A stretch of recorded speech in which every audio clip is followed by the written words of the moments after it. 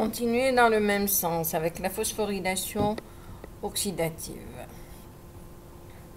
Donc, en biologie, biologie moléculaire particulièrement, la phosphorylation oxydative, c'est un processus qui va permettre la phosphorylation de l'ADP en ATP. En fait, c'est pour produire de l'ATP grâce à l'énergie libérée par l'oxydation de donneurs d'électrons par la chaîne respiratoire. En fait, au cours de ce processus de phosphorylation, des électrons vont être transférés de molécules réductrices à des oxydants, le long d'une chaîne de transport d'électrons, réalisant une cascade de réactions d'oxydoréduction successives et libérant progressivement de l'énergie des électrons à haut potentiel de transfert des réducteurs oxydés. Alors, la chaîne respiratoire va correspondre à une association de complexes protéiques qui vont être présents au sein de la membrane interne de la mitochondrie. Et ils vont, avec l'ATP, responsable avec l'ATP synthétase, de cette phosphorylation oxydative. En fait, cette chaîne respiratoire va associer l'oxydation du NADH et du FADH2 d'une part et à la production d'ATP d'autre part grâce à la formation d'un gradient de protons. Alors, en simplifiant un petit peu, donc voilà l'espace intermembranaire de la mitochondrie, voilà la matrice mitochondriale et puis voilà la membrane interne de la mitochondrie. Alors, c'est au sein de cette membrane que vont s'insérer ces complexes. Alors, le complexe 1, le 2, le 3, le 4 et même le 5 qui est l'ATP synthase, tous sont effectivement, se trouvent au niveau de cette membrane interne de la mitochondrie. Alors, le complexe 1, donc la chaîne respiratoire va correspondre à une chaîne de complexes protéiques située au niveau de la membrane interne et vont être responsables de production d'ATP à partir du NADH, du FADH2. Alors, cette production d'énergie est permise grâce à la formation d'un gradient électrochimique de protons dans l'espace intermembranaire, de la mitochondrie, qui est lui-même formé par l'énergie des électrons provenant des coenzymes NADH et FADH2, donc réduits. C'est les électrons riches en énergie vont être récupérés et transportés via les différents complexes, c'est-à-dire d'un complexe à un autre. Alors, il faut savoir que le complexe 1, qui a donc une action NADH coenzyme Q-réductase, le complexe 1, il faut retenir que ce sont des protéines de toute manière. Ce complexe 1 va récupérer les électrons du NADH et va permettre le transport de 4 protons de la matrice vers l'espace intermembranaire. Donc, c'est ça, l'espace intermembranaire, je l'ai bien spécifié. Le complexe 2, qui a une action succinate Q-réductase, ici, alors, il récupère les électrons, mais il ne transporte aucun proton. Donc, celui-là, il ne va pas transporter de protons. Le complexe 3, coenzyme Q, cytochrome C réductase, va permettre le transport de 4 protons de la matrice à l'espace intermembranaire. Le coenzyme 4 a une action cytochrome C oxydase et permet le transport de 2 protons H+. Et puis, le coenzyme Q, donc l'ubiquinone, ça, alors il va transporter des électrons d'ici à là et d'ici à là. Donc, le coenzyme Q permet la transition entre le complexe 1 ou 2 et le complexe 3. Donc, en fait, il va transporter les électrons d'ici vers ici et d'ici vers ici. Le cytochrome C permet donc la transition entre le complexe 3 et le complexe 4 ici. Alors, suite à cette chaîne de complexes protéines, en fait, le dernier accepteur, c'est l'oxygène, donc qui sera à l'origine de la formation d'une molécule d'eau. Le NADH permet donc le transport au total de 10 protons, alors que le FADH2 de 6 uniquement. Alors, donc, un rappel sur la mitochondrie, voilà, cette membrane externe, cette matrice, donc ici c'est la membrane interne, et puis tout ça c'est l'espace intermembranaire. Alors dans la membrane interne, on trouve donc ces complexes protéiques qui vont transporter les électrons. Ces protéines sont couplées à des groupements prostétiques et des lipides tels que l'ubiquinone. Alors, prostétique, ce qui veut dire que ce ne sont pas uniquement des acides aminés. Il y a des molécules étrangères qui vont constituer ces protéines, donc d'autres molécules qui vont être associées à ces acides aminés qui constituent les complexes protéiques 1, 2, 3, etc. Donc, les molécules de NADH et FADH2 vont véhiculer les électrons et les hydrogènes le long de cette chaîne de transport. Déjà, lorsque le NADH s'approche du complexe 1, il va céder ses électrons au premier complexe, qui est une NADH déshydrogénase, donc, et qui va les transférer à l'ubiquinone. Donc, vous voyez qu'il a pris les électrons, le NADH s'est approché du complexe 1, les électrons ont été libérés, bien sûr, parce que H plus C, il perd ses électrons, et puis, donc, l'ubiquinone va prendre ces électrons, et qu'est-ce qu'elle va faire? Donc, ils vont être transférés à l'ubiquinone. Les deux H+, qui sont formés automatiquement, vont passer au niveau de l'espace intermembranaire. Alors, pour comprendre un petit peu, sans rentrer dans le détail, que, ici, je vous ai juste montré un petit peu le complexe 1, le NADH, coenzyme Q, oxydoréductase. C'est un complexe qui catalyse donc le transfert de 2 électrons du NADH. Donc, le NADH, il a été formé à plusieurs reprises au niveau du cycle de Krebs, à plusieurs reprises. Donc, le NADH est au coenzyme Q. Donc, c'est un transfert d'électrons. Voilà, c'est un transfert d'électrons du NADH vers le coenzyme Q. Alors via la flavine mononucléotide, donc FMNH2. Donc ça, c'est un intermédiaire qui va permettre le transfert de ces électrons vers le coenzyme Q. C'est ça qui nous intéresse. Il y a aussi un centre qui est le soufre et le fer qui rentrent en jeu et qui va permettre ce transfert d'électrons. En fait, voilà la molécule d'ubiquinone, ici. Dans la membrane mitochondriale, les électrons sont donc transportés par des ubiquinones, d'accord, Q, dont la forme principale, c'est le coenzyme Q10.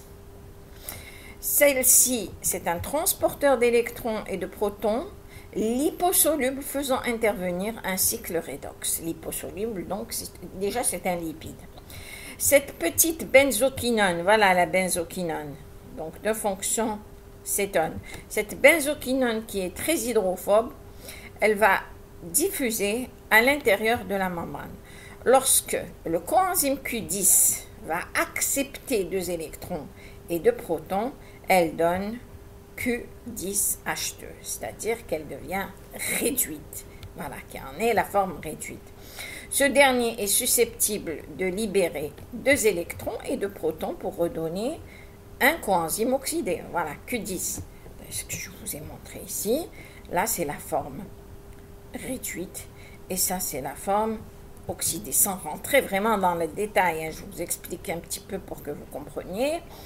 Et d'un côté de la membrane et que l'ubiquinone Q10H2 soit oxydé de l'autre, l'ubiquinone va jouer, si vous avez les deux enzymes qui sont disposées de telle sorte que Q10 soit réduite d'un côté et Q10H2 soit oxydé de l'autre, l'ubiquinone va jouer le rôle d'un transport navette de protons à travers la membrane. Il y a un passage de protons entre les deux. Certaines chaînes respiratoires bactériennes utilisent d'autres types de quinone, la ménaquinone ou en plus de l'ubiquinone. Je pense qu'on avait fait ça au niveau des molécules terpéniques et lipidiques. Bon, c'est pas un problème. Donc voilà ce qui se passe. Au niveau des protéines, ces électrons vont donc circuler à travers des cofacteurs. Je vous ai dit qu'il y avait ici des cofacteurs qui vont intervenir. Donc, la flavine, les protéines, le fer et le soufre et des cytochromes.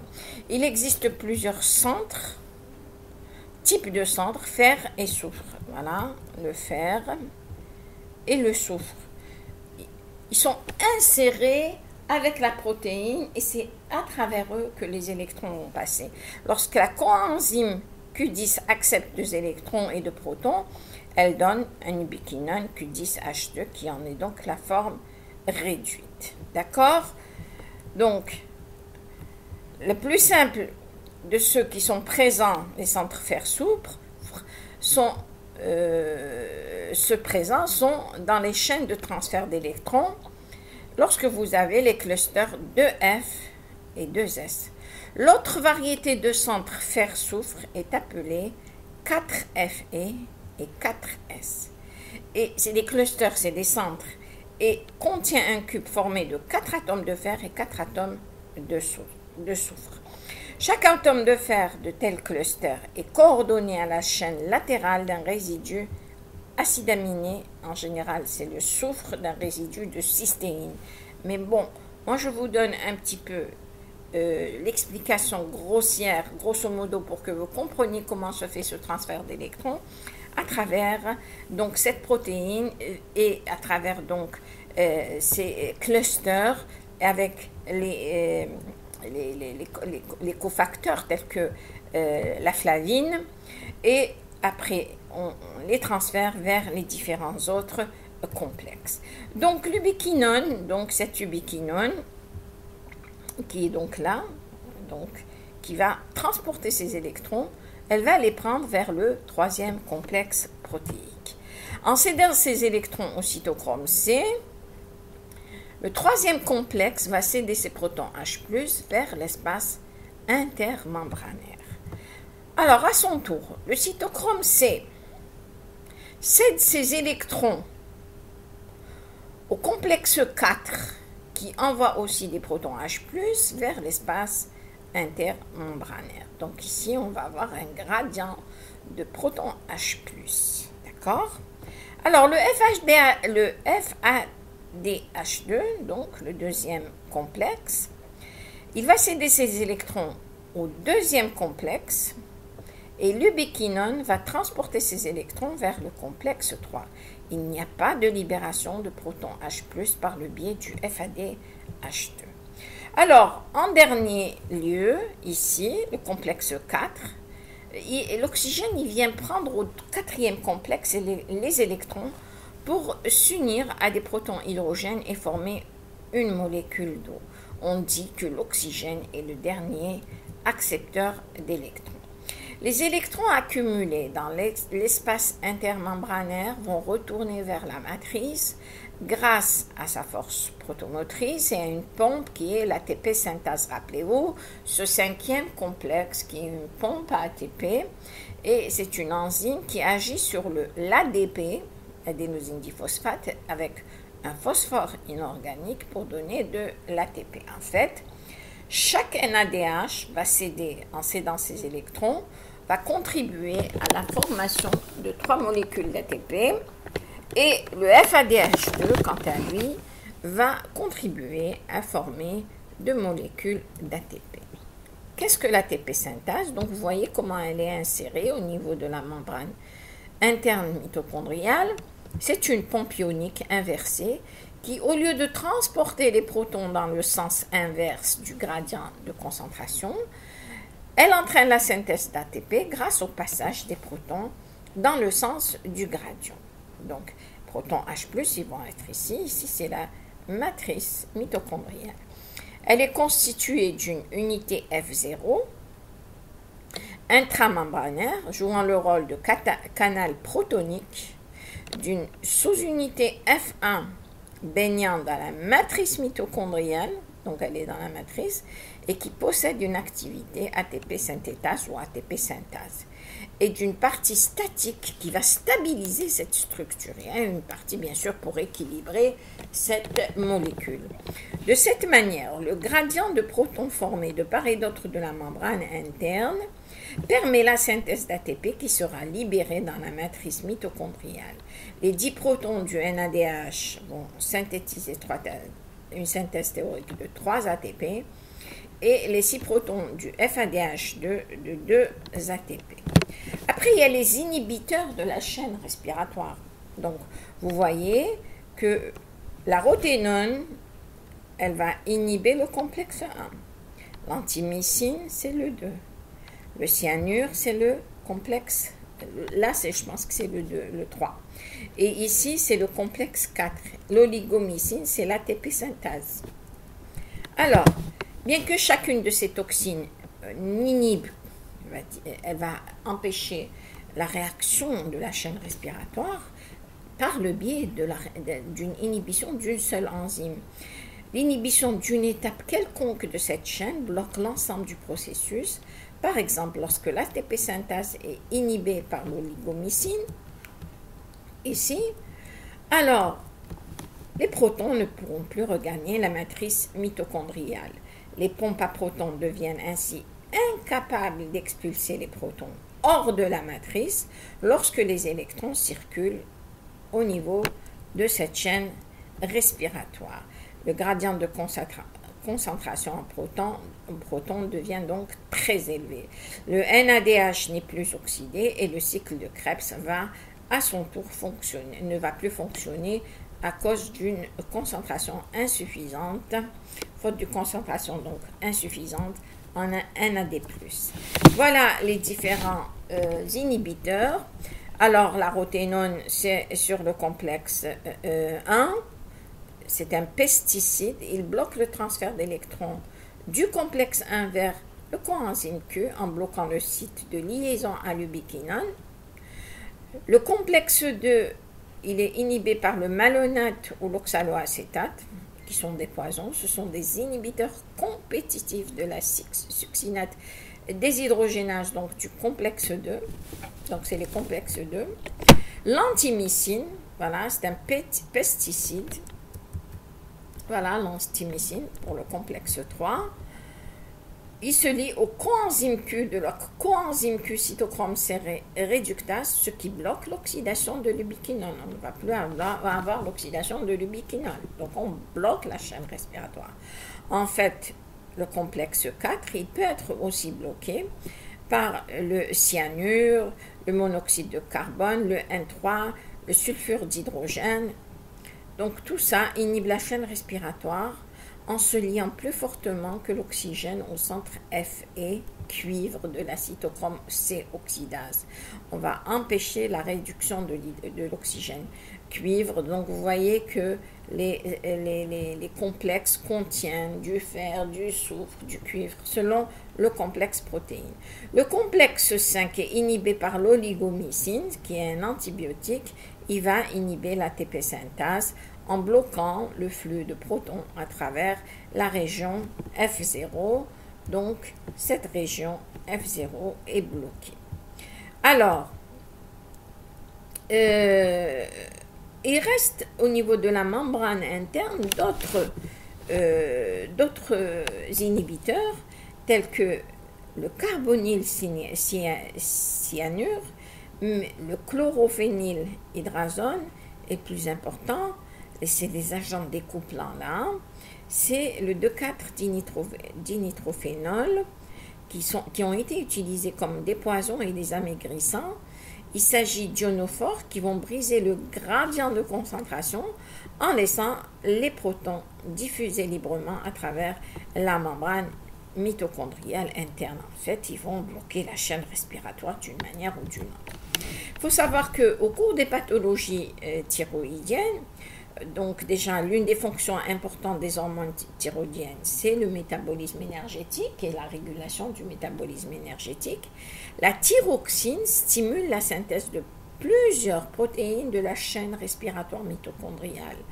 Alors la thyroxine stimule le cytochrome C, oxydase, l'ATP synthase, l'ATP ADP translocase, avec comme conséquence une augmentation de la capacité de synthèse d'ATP. Ça, c'est dans la vie courante de tous les jours. Mais au cours d'une hyperthyroïdie, on a une augmentation de la dissipation d'énergie sous forme de chaleur. Il y a une bouffée de chaleur chez les personnes qui font une hyperthyroïdie parce qu'il y a une augmentation de production d'énergie. L'énergie est dissipée. Alors qu'au cours de l'hypothyroïdie, c'est une diminution de la vitesse maximale de synthèse d'ATP. D'accord? Pour la chaîne respiratoire, bien sûr. Donc, en récapitulation, la chaîne respiratoire qui réoxyde les coenzymes est localisée dans la membrane interne des mitochondries. Elle nécessite des agents réducteurs fournissant des électrons, c'est le NADH et le FADH2, liés à un enzyme pour réduire l'oxygène et former de l'eau. Cette réaction exergonique est divisée en plusieurs étapes et couplée avec le transport H+, depuis la matrice jusqu'à l'espace intramembranaire à travers la membrane interne des mitochondries. Il se forme de part et d'autre de la membrane un gradient électrochimique. Les mitochondries utilisent ces gradients pour la synthèse d'ATP à partir d'ADP et de phosphore, d'acide phosphorique, si vous voulez, phosphore inorganique, catalysé par l'ATP synthase. Par ailleurs, certains systèmes de transport spécifiques vont être stimulés. Je vous remercie.